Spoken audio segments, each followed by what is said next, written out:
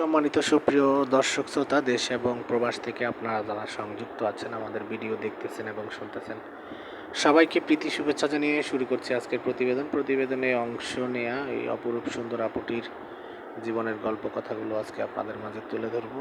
কেন এসেছিল প্রতিবেদনে বিস্তারিত আলোচনা থাকছে। তো আপুটি দেখতে খুবই চমৎকার, ওনার গায়ের রং ফর্সা, উচ্চতা ভালো আছে, 5 ফুট 2 ইঞ্চি লম্বা, স্বাস্থ্য মিডিয়াম, পড়াশোনা এসএসসি পাস। আর উনি মুসলিম, নামাজ কালাম পড়তে পারে, কোরআন পড়তে পারে। বর্তমান বয়স 23 বছর। উনি বিবাহিতা।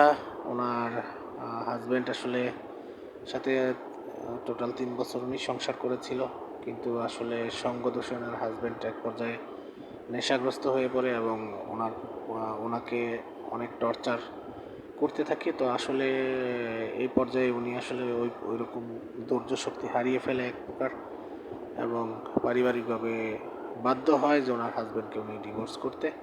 তো উনি বর্তমানে একটি হসপিটালে চাকরি করতেছে, রিসিপশনে বসে উনি। ওইখানে যতটুকু স্যালারি আসে সে এবং তার একটি 2 বছরের ছেলে বাবু আছে। তার আম্মাই তার বর্তমানে দেখাশোনা করে। উনি যতক্ষণ ডিউটিতে থাকে অতক্ষণ ওনার আম্মুই দেখাশোনা করে। তো ছেলের এবং নিজের খরচটা চালায়। আর পরিবারে ওনার বাবা আছে, মা আছে, ওনার আরেকটা বোন আছে। বোনটিরও বিয়ে হয়ে গেছে, বোনটি স্বামীর বাড়িতেই আছে। তো ওনার বাবা মূলত আসলে একজন ব্যবসায়ী, মুদি দোকান আছে, ছোটোখাটো একটা মুদি দোকান আছে। তো পারিবারিকভাবে বলতে পারেন মধ্যবিত্ত পরিবার। এখন আসলে বাচ্চার কথা চিন্তা করে, তার ভবিষ্যতের কথা চিন্তা করে ওনার একজন মনের মানুষ প্রয়োজন, এবং তার নিজের কথাও চিন্তা করে একজন ভালো মনের মানুষ প্রয়োজন। তো সেই ক্ষেত্রে উনি আসলে প্রতিবেদনে এসেছে মূলত আসলে বাচ্চা সহ। অনেকেই আসলে মেনে নিতে চায় না। তো মিডিয়াতে আসলে আবার অনেকে হৃদয়বান ব্যক্তি আছে, তারাও হয়তো বা এরকম সমস্যাগ্রস্ত আছে।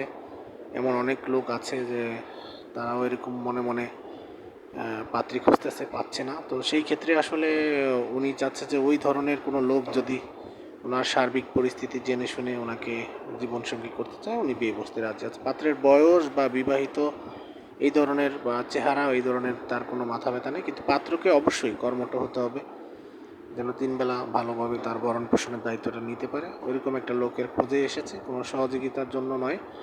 তো আপনারা যারা আরও বিস্তারিত ওনার নাম ঠিকানা বিস্তারিত জানতে চান, স্ক্রিনে দেওয়া নাম্বার আছে, স্ক্রিনে দেওয়া নাম্বারে যোগাযোগ করুন, ওনার সাথে ডিটেলস সব কিছু ওনার মুখ থেকে জেনে নিতে পারেন।